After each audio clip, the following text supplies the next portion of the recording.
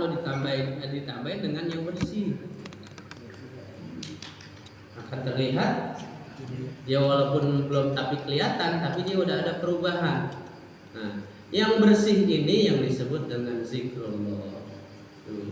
Karena zikir itu adalah nur, cahaya. Kita ngaji begini adalah kita menghadirkan nur, menghadirkan cahaya. Semakin ditambah, ini kan baru segini nih, belum aku penuh. Semakin banyak ditambah, semakin banyak ditambah, semakin banyak ditambah, paling kagak hati kita ini bisa seperti ini.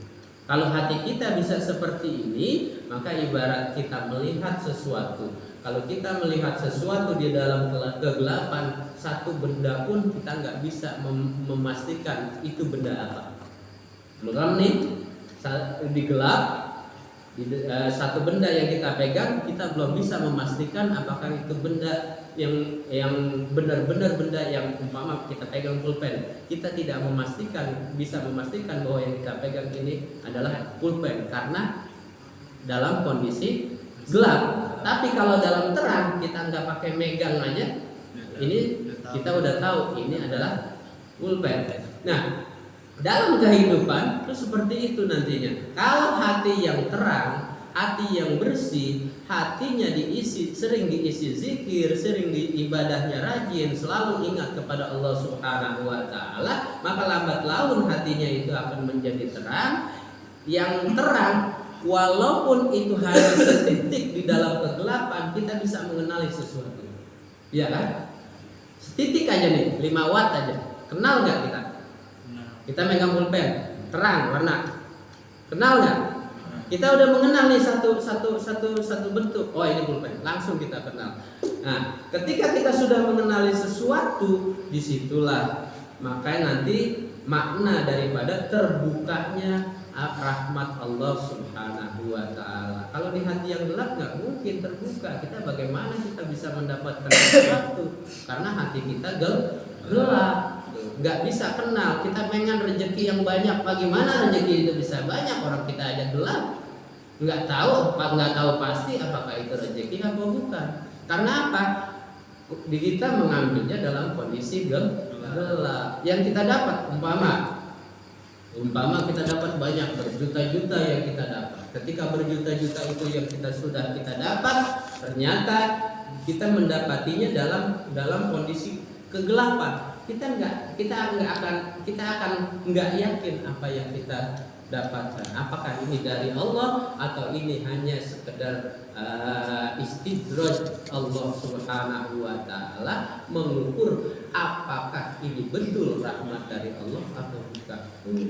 Makanya perlu bagi kita, ya, walaupun cuma duduk doang, yang penting hati kita itu bisa bersih tuh, dicuci dah paling kagak setiap hari hati kita itu dicuci, jangan sampai nggak dicuci. Karena kalau kita biarkan saja itu hati kita, maka lambat laun hati kita akan seperti ini. Kalau udah seperti ini, nggak mudah untuk membuat dia itu bersih lagi. Kan sekarang masih kayak teh begitu, ya, dosa masih dikit masih, itu belum banyak, gitu. Dosa masih sedikit, masih remang-remang, masih bisa berubah, begitu. Kalau udah seperti ini agak susah. Jangankan kita untuk dia mulai udah gelap gitu. Saya ngikut zikir, saya ngikut itu, tapi tetap aja jalan saya masih susah, jalan saya masih sempit. Saya mau nyari kerja begini susah, kerja begitu nggak ada. Masih ada perasaan seperti itu. Karena apa? Karena emang nggak mudah untuk membersihkan kopi menjadi air yang bening.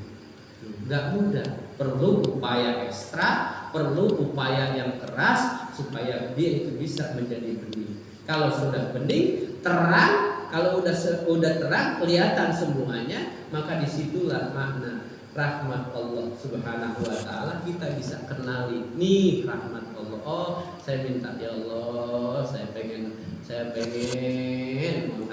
umpama sesuatu gitu.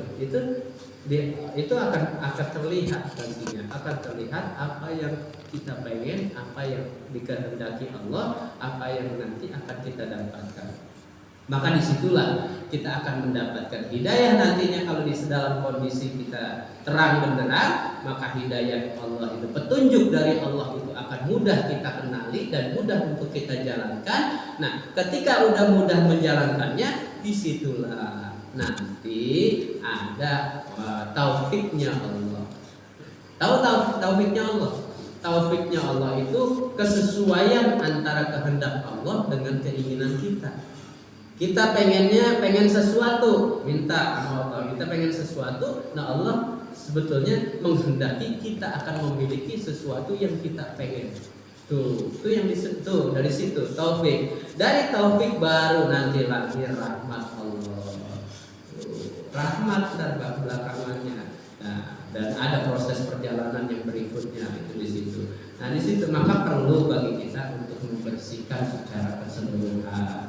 Tidak hanya membersihkan najis yang kelihatan ainiyah, najis yang kelihatan yang hukum secara ainiyah dan hukumiyah, juga kita bersihkan najis yang lahiriah maupun najis yang ada di dalam hati kita, disebut najis batiniyah.